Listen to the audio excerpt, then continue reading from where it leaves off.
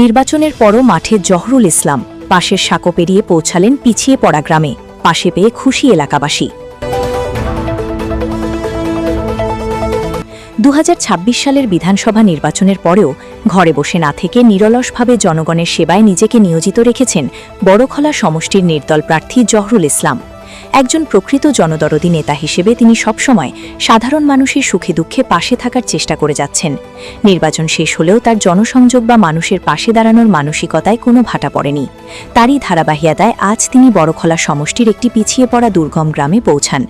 গ্রামের সঙ্গে যোগাযোগের একমাত্র ভরসা একটি বাঁশের সাঁকো। সেই ঝুঁকিপূর্ণ সাঁকো পেরিয়েই তিনি গ্রামটিতে উপস্থিত হন। তার এই আন্তরিকতা ও সাহসিকতায় অভিভূত হন স্থানীয় গ্রামবাসীরা।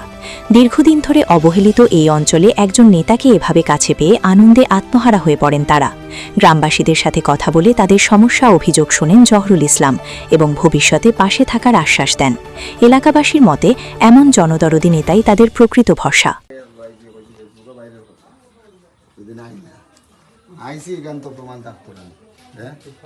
ভোটর আগে জেলা কইছিলাম আবার ভোটর বাদ দিয়ে 9 তারিখ আইয়া বসমু।